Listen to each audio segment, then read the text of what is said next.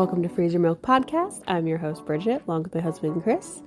Podcast where we talk about the comedic side and serious side of parenting, life, and relationships. We are boy parents. We have two boys, Enzo and Rhett, with about a 6-year age gap between the two. You can check out our website, freezermilk.com. Also, feel free to follow us on Instagram at freezermilkpodcast. Thanks and hope you enjoy. Well, first off, I want to say thank you to everybody that reached out regarding our episode last week on pregnancy loss. It was very sweet and very kind of you guys, so thank you so much for that. This week's going to be a grab bag of stuff that's been happening in our life. So, why don't we dive right in? So, Chris was saying that it's hilarious because we always record these like late at night after all the kids are in bed. But we also are tired at that time of night, so you guys sometimes get our tired voices coming through. Hashtag work-life balance. Right. We were talking about end-of-life planning. Oh, yeah. My mom was over here today, and and I've kind of criticized her because I felt like she needed to kind of simplify her retirement stuff, and she needed to start looking at, she's a financial planner, or she's a retired financial planner, and the one thing that she really hasn't put a whole lot of time into is end of life stuff. And she was actually here today, and we were kind of discussing it, and I think it was a kind of a wake up call for her because Bridget was a little harsh, to say the least, regarding her mental state. So if and when you get Alzheimer's, because your mom did. It was Chris is in another room poking his head out like, are you really going there? Yeah, this was a interesting conversation. I'm like, oh shit, she just went there. I feel like it was needed though, because like her mom got dementia very early on. Yeah, absolutely. And she declined really quick too. Yeah. And your mother's pushing into 70. Yeah. And dementia runs in the family. Yep. And yeah, it was a similar situation with my grandma's sister, I believe. She lived till she was like 96. So yeah, but it was. I'm very direct sometimes. Yeah, just a little bit. I think a little bit direct for my mom. She's not used to people telling her like, that, hey, if you get dementia, what do you want to do with the house that you have a mortgage on, that you have a family member like living there, renting a room from you? Because if you're going into a home, we probably need to sell your house. So what do you do with that family member who's renting? Like all these thoughts, And it kind of got us down the road of, I like to think that we're very grown up, you and I. We're very prepared for end of life in that we have trusts, we have wills, we have advanced directives, we have life insurance, like all of it lined up, dictated out, ready to go. I might struggle in the morning to wake up on time, and my 6-year-old wakes up before I do, and sometimes I'm running out the door to try to get him to school, but end of life planning, check it off the list. We're adults. We got this one. It brought up, though, in the event that you and I both passed away before the boys were 18, they would go to separate houses. And our current people we have set up to take over guardianship of Rhett, and then for some reason if we had sole custody of Enzo, they would also take Enzo. They're out of state. Makes it a little bit more difficult. And that's something that we started talking about, that it kind of bothers us a little bit, simply for the fact that it means that Rhett and Enzo wouldn't really see each other very often, except for maybe a couple times a year. Which is not what we want at all. No, because like as brothers, they're very close.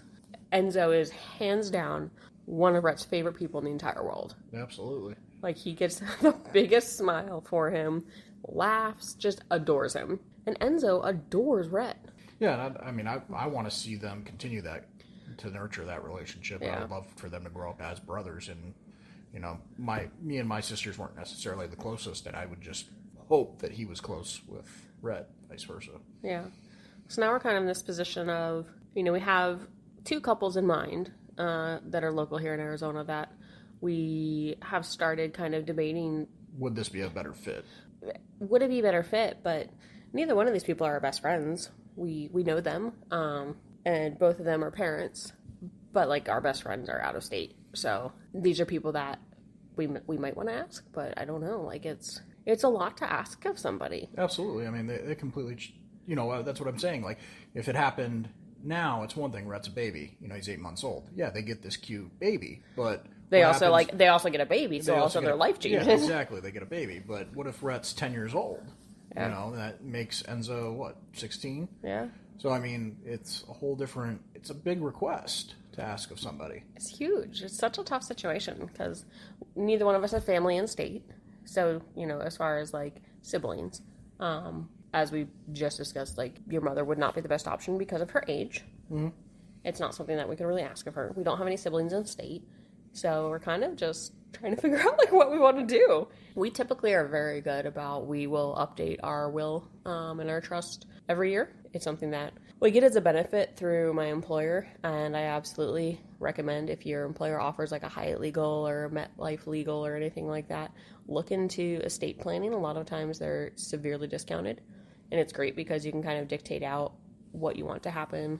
Especially if you have kids. Yes, if you have kids, you can dictate out like who should get them and how that should be handled, which is... It's just a lot of serious stuff for one evening, to think about and talk about. You're right. But it's so serious though. Like, if you anything, we like to travel. I mean, we do a lot of international travel, and I travel all the time for work. So it's like anything could happen. I mean, Arizona has terrible drivers. Yeah, and it's like what is the best situation for these kids? What's going to give them the best shot? Yeah, it's just stressful. And then your mom was bringing up that like if we both pass, then like combining our life insurance policies, like we should look to get a managed managed trust advisor. Yeah, so like somebody that instead of having right now we have people named in our trust as far as who would handle finances, but instead of that, like going to like a professional. Yeah. And that's a whole nother, we got to look into that and figure out like what does it cost? And I mean, needless to say is, we think we're pretty good when it comes to planning this kind of stuff, but at the same time, this question arose, and we're second guessing everything that's going on. So it's definitely, if it's something if you have kids, or even if you haven't had kids, like even just figuring out your medical directives. Like I had a friend growing up that she was in South Carolina. It was probably when she was like 22, maybe. And she was married at the time, but she was in South Carolina, and she got a horrific car accident, and she was, like, on life support for, like, 3 weeks. Like, no brain activity. She had what they called, like, an internal decapitation or whatever. There's, like, less than a handful of people that have survived this, so she was, quote-unquote, surviving it, but she was on life support, and they had the discussion of, do we turn life support off? Because we don't get functional brain activity coming through. We don't have all this stuff. Like, machines are the only thing keeping her alive at this point. And it was a huge debate between... It's technically her husband's decision, but her mom and her sister lost their minds because they were disagreeing with what the husband wanted, and that's a lot of stress. And that's why it's so important to put things in writing. Right? And that's why, like, you and I have dictated out, this is how long I want to be on life support, this is what I want for a second opinion. Like, we have it to the T dictated out, even if we didn't have kids, just for our own sanity and peace of mind, and having it not be argued about for weeks or months or years of keeping somebody, going through, like, we know for ourselves that's not what we want, but some people do want that, and you need to put it in writing, because otherwise your family might be like, oh, well, yep, pull the plug after 2 weeks, call it good. I think that's why I struggle so much with her. I think, she's had so much time. I mean, she was a CFP, she was a financial planner. This is what she did for a living. She dealt with estate planning and, a lot of this stuff. That's what the majority of her clients were, and she didn't spend a whole lot of time working on her own stuff. And I'm like, I wouldn't even know where to begin with all of her stuff. Mm-hmm. Like, who do I call first in the event that something happens? She has just so many different things that are moving and going on that I'm like, what do you do? Yeah. You talk to an attorney and you say, this stuff needs to get straightened out. It gets held up in the courts or, whatever the case may be for a long period of time. And that's not something I want to deal with. And I think that's why I give her... I encourage her to. So what are you gonna do when you get dementia? Right. Because it's not a if, it's a when.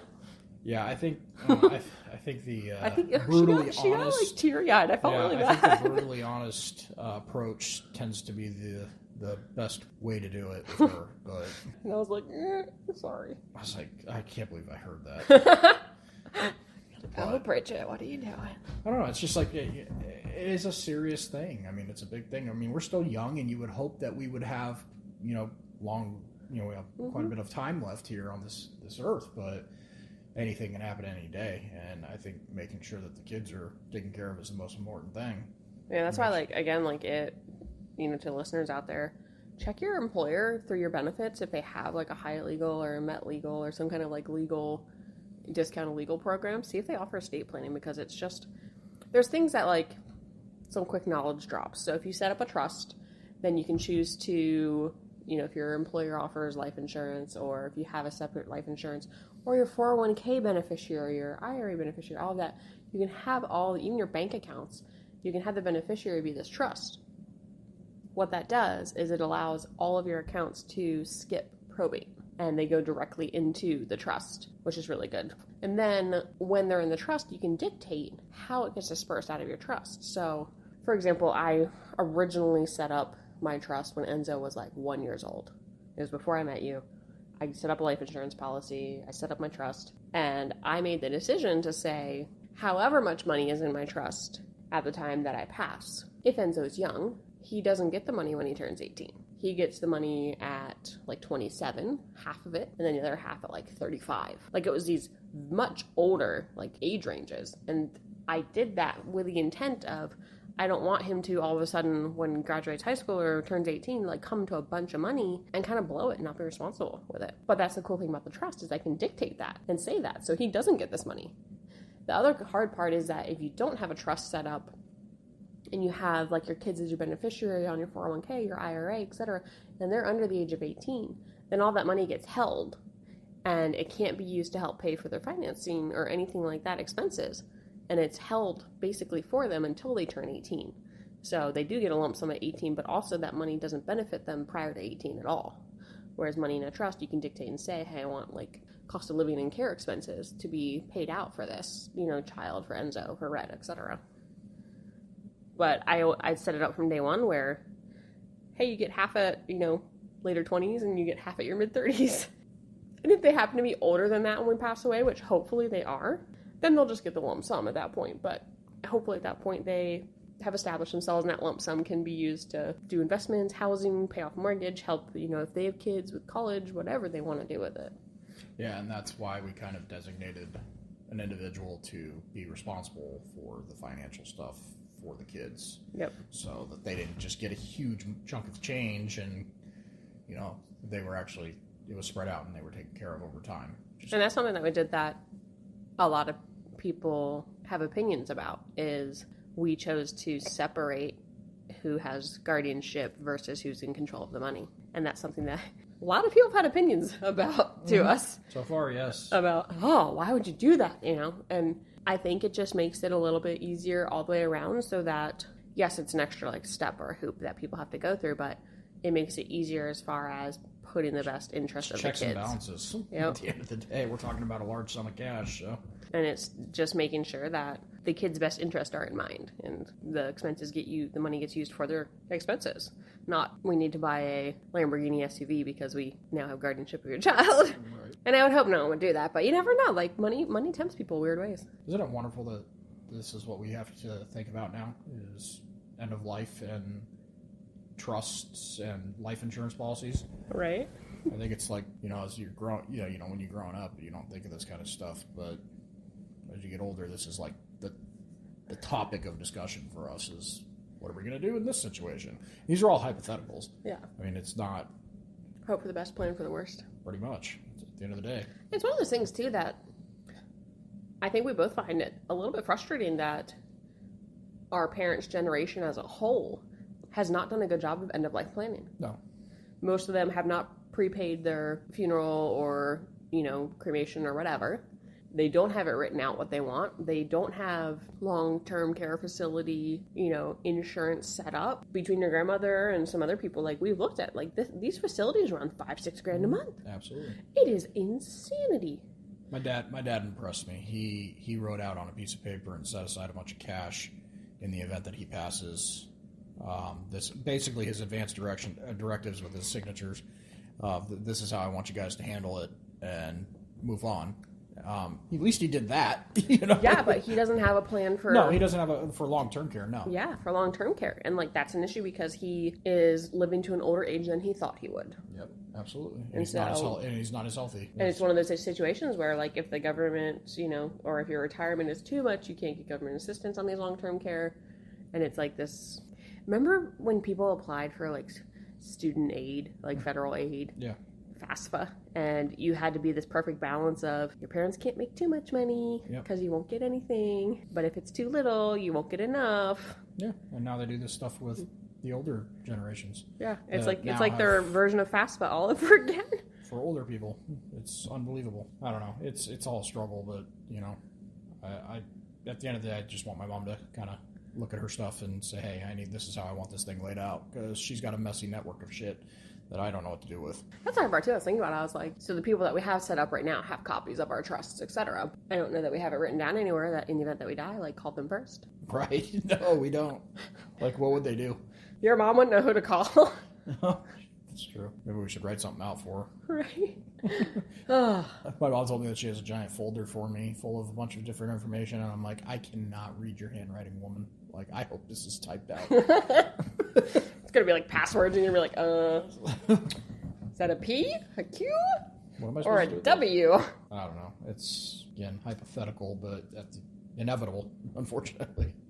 So. And again, like, I will say I feel like we are very, in the sense that we planned for this, to the extent that we have. There's still more we need to do, but I feel like we're very responsible for our age in doing that, because I don't know that many people our age that have done all that. Yeah, but then when you really dive deep into this stuff and hypothetical situations, you realize, oh shit, I did the very bare minimum, and I really didn't plan this out very well for every situation. But I mean, how are you supposed to? I mean, you don't know what's going to happen. We opened up our first trust checking account. That's true. We have a checking account in the name of the trust now. So, like, in the event something happened to us, there's an account already established in the name of the trust. So it's easier to move assets into that. Yeah. So that's nice. I mean, that works. But I mean, there's just so many unknowns. It's getting a little dusty right now. Especially when you're purchasing real estate or you're doing stuff like that, because you have all this stuff tied up in trust, and this stuff has to be handled a certain way. So we ran into that issue when we sold our last house. Yeah, we did. So we normally try to put real estate into trusts, and because of having employers that offer really discounted legal, we've been able to open multiple trusts. Yep. And so we tend to do like different real estate transactions in their own individual trusts, kind of just to protect the assets and keep everything kind of siloed from that standpoint. But it became an issue when we were closing the sale of our house. The title company didn't check the bank account information we gave them, and we were pretty new to the trust game at that point, so we did not have a bank account in the name of a trust. And we get to literally the day of closing, and they're going to like wire us the funds, the profits of our sale for our house, and they go, oh, we can't wire this to you because your house is entitled in trust, and this bank account's not in the name of a trust. So even though you're the trustees and your names are on this bank account, because the house is in trust, the funds have to go to a trust account. And we didn't have one of those. We did not. So we scrambled and got to the bank. Only to find out that the wire cutoff time, they couldn't get the trust account open in time. Yeah, so we had to wait until the following week. Yeah, it was a nightmare. It was frustrating, but now we know, and now we have a trust account set up so that any other future real estate transactions that we want to put into that trust be handled much easier. Right. I don't know. But it was like something we learned that we had no idea. Right. I was like, oh, good to know. The new house is coming along pretty good. They're cranking through on our new house. It's nice to actually see progress. Yes. Instead of just seeing nothing happen for months and months and months on end. Yeah. Like we walked through it and found like little stuff that, all new builds, you're going to have punch items like, oh, hey, there's 3 out of 4 can lights showing right here. Like, did they drive all over it? Or this medicine cabinet or outlet or whatever it may be. Because right now we're in like the drywall stage. They haven't painted and trimmed indoors and all that yet. But I'd messaged the agent, Monday? Tuesday? Today's Tuesday. I messaged the agent Monday, and we swung by the property today. They knocked out everything on the list. They took care of everything. We were amazed. Like, I was shocked. They had that list for less than 24 hours. It was only like 3 items. It wasn't a lot, but the attention to the urgency that they had with it was so refreshing to see. It was. I would agree with that. It was nice to go in there and say, every day. It seems like every day or every other day something different has happened. Yeah. And that was not what we were getting before. Mm-hmm. But This is our third new build, too. I'll be feeling a lot better once we're moved. You know, the thought of moving, just unpacking and doing that whole deal. You don't like to stay in houses very long. You love to, your average is like a year and a half, and then you're done. You're ready to move on to something else. I'm like, can't we just downsize everything and just, why even unpack at that point? We didn't unpack everything in this one because we were renting knowing we were going to move. Mm-hmm. You're so mad because I made you keep our boxes. Who else keeps moving boxes? Yeah, no. I just, a virtual raise your hand if you keep a moving box when you're moving, because I keep my moving boxes. I have a stack in my garage that takes up space of like 100 moving boxes. I tried to throw them away, but she won't let me throw them away. They get expensive. It adds up. I'm like, I don't need to add an extra $200 in moving costs for freaking moving boxes. I will try to get, I think my last ones when we first met, it's not my last ones, so we moved a couple times, but when we first met, the first time we moved, I think you were like, these moving boxes have scratch outs like 7 times on them. How many times have you used them? And I was like, I use these for like all my moves. They're fine. Yeah, they haven't broken down enough yet. Yeah, we retired all those that one move and then got new ones. But now here we are, tons of moving boxes because we know we're going to move within a year and a half. Hopefully this new house you decide that you want to stay in a little bit longer. I think we will. I think stuff's expensive though. Mm-hmm. I get so irritated at tell about when we went to a larger store to get a quote for blinds. Oh yeah. Yeah, we went to a well-known home store, and we were looking to price out blinds for the new house because most people, most new builds, you don't have window treatments unless you go to the design center and request them. Well, we didn't have the luxury of doing that, so we went over the weekend. We went to our property and measured out all the windows, and we were trying to formulate some quotes and trying to get some ideas of expenses on window treatments. And we went to a big retailer that sells these kinds of things. Actually, originally you had priced them out online first through a different outfit. Yeah, because we want to do this. I think we want to do cellular shades this time around. We've had the 2-inch faux wood blinds, like swivel blinds, in the last 5 places we've lived, and we're just kind of tired of them. We wanted to look to do the cellular honeycomb shades because they give you a blackout, the light filter option, the pull down from the top. Yeah, the radiant barrier is a little bit better on them. The radiant barrier, noise reduction, lots of reasons why. But they're not cheap. Yeah, so she priced those out online, and I don't know, we counted, we got 18 windows in the house.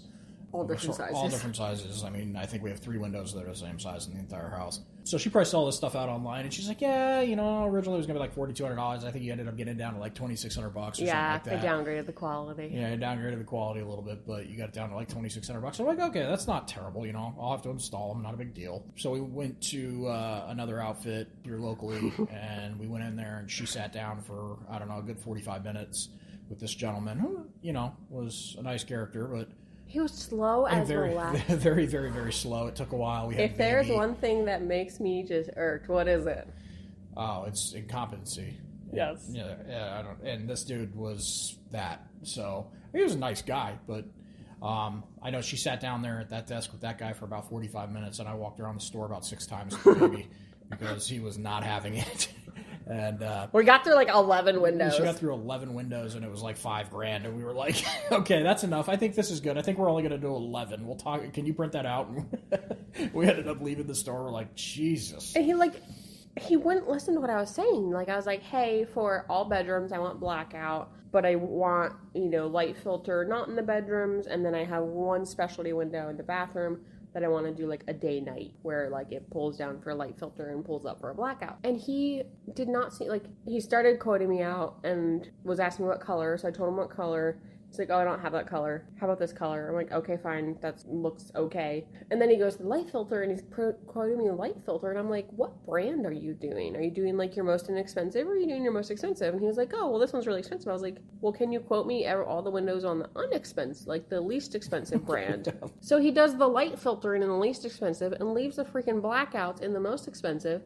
And on the one window that we have 3 the same size, He only put a quantity of 1. He's like, yeah, I'm counting through all of them. I have 12 so far. You said you have 18, right? And I'm like, well, on my tally, we should be at all 18, so I'm confused. What did you do? And when he printed it off, I saw he didn't get the quantities right. Like, he had 1 that was for 2 of them, and the rest are all defaulted into 1. And I'm like, there's your issue. Yeah, there was definitely... And we're still at like $3,000, $4,000 for this. Yeah, there was definitely a lack of communication. He was so slow. Oh, it doesn't help that, with everything that's going on in the world, everybody's wearing masks, and, we're so used to reading people's lips as they speak. And now that people have to wear masks, you can't really, a lot of times you can't understand what people are saying. You have no idea. He just was there was zero sense of urgency, and that, I'm like, it's Christmas. You have nobody else here wanting you to quote them anything, but you literally don't want to help me. Like, you'd rather just sit here and not do anything. Mm-hmm. And it was so frustrating because I was just like, sir, can I please come around and just do this on your computer? Because you are slow as molasses. What size did you say? I tell him size. Okay. And then he tells me the number's wrong. And I'm like, what? And I'm not going to lie here, guys. I find window treatments very boring.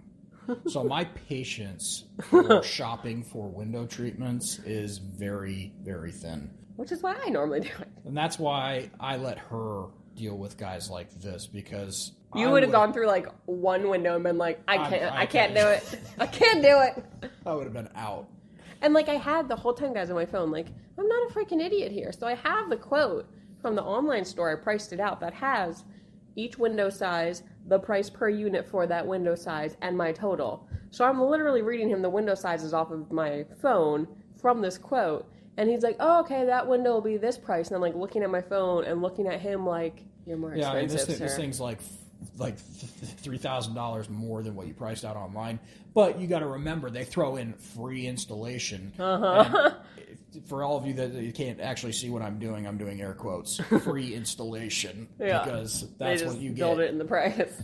So and they're like, what, a 7-week lead time, 8-week lead time? And I'm like, online ones are like 3. Yeah. 3 weeks. Yeah, no, I'm okay, but thank you. Yeah, it was unbelievable. I don't know. I struggle with that kind of stuff. I'm not good with that stuff. We do have a call out to the home builder to see if we can just knock out window treatments with a design center. Right. And just get it all installed by the time we move in and have it under the house warranty. Make it a lot easier. It might not be the cellular shades we want, but if we can just get something on the windows. It's 18 freaking windows. It's a lot of windows. It's a lot. And they're all different sizes. I feel like it's something that should come with the house. You spend so much money on these properties. They give you the windows in the price, but they can't give you something to cover. Yeah, because I want to be exposed to everybody outside all the time. Do you want to laugh? Our rental that you hate, it's Lennar, includes your window treatments for free. Yeah, well, I wouldn't buy this house. But they also don't let you pick A, B, C, D, E, F, G. Yeah, they give you very basic. There's only you have so many different. We have flat paint on the walls. Packages that you get to choose from. Flat paint. Yeah, that turns black. I rub my shirt against the corner and it turns black. Those of you that are not in Arizona, A, our walls are textured. B, by standard, your walls have rounded corners, which is stupid. Yeah. And someone made the genius idea for new builds out here to only give you flat paint on your walls, similar to what you'd put on a ceiling, on your walls for free. And some builders don't even give you the option to upgrade your paint. I don't know what you're talking about. You give us a hard time for the way we build out here, but what about back east when you have a detached garage that's unfinished? Doesn't even have drywall in it. Like, come on. Most of them have drywall. They're just taped and mudded, and that's it. There's no primer, paint, nothing. Yeah, unfinished garage. Thanks for the unfinished garage. I really appreciate it. Why do you need it painted? Well, for people like me that like to spend a lot of time in the garage, I want it to look nice. At least they know how to do a good job of tape and mud and get a nice smooth wall. Don't have to put texture on it. Well, that's why they cover everything up with texture out here. Right? Because they're too lazy. Yeah. Our guys are not talented at this. Just texture it. It'll be fine. Nobody will know. Oh, it's so much more expensive to do a skim coat, to make your walls a smooth finish versus texturing. It is so expensive. Which is crazy. So in Florida and like the South, they do the texture stuff too. Yeah. But all of your like mid-Atlantic and like New England, Northeast, all of that, most of them don't even do like a skim coat. They just smooth and sand your drywall, tape, and mud. So it is a smooth finish. They don't skim coat the entire wall. Yeah, I outside dust, construction dust, all of it. Pollen. I was less than enthused about what I saw. And I'm actually in construction, but I write estimates basically for a living. And I went through an exercise with him because I was so frustrated, and I wrote out an estimate to make repairs to that wall to him so he could have an understanding of what it would cost somebody to come in here and fix that wall from his black feet. I don't know if he really understood, but I felt like I really drove the point home. I think I came in and was like, what are you doing? You're like, I'm teaching a lesson. I'm like, okay, sounds good. I literally printed out an estimate for him and said, this is what it's going to cost to fix this wall. And just all, okie dokie. And then he ran away and went and watched TV. I feel like Enzo is starting to grasp the concept of money. I hope so. I really do. Like, he's not grasping it yet from, like, we need to respect things that are expensive. No. But he's grasping the fact that, like, oh, that's a lot of money. Did you see him drop his switch out of the truck the other day? Uh-huh. Uh-huh. Oh. Yeah, accidents happen, I get it, but he does that frequently. Mm-hmm. He's not my clumsiness. Just not the most coordinated person in the world. And again, that's why we set up trusts. Yes. So the kids are taken care of. Because I'm clumsy. Gonna wrap it up now. The Funk Show, brothers. Wrap it up now. All right. Well, hey, everybody. Thanks for listening. As always, appreciate you, and we'll talk to you next week. Thanks, everybody, for listening. You can check us out at freezermilk.com or Instagram. Freezer Milk Podcast. Until next week, guys. Thanks. Don't forget, parenting is a trip. We are all here on the journey with you together. Thanks so much for listening.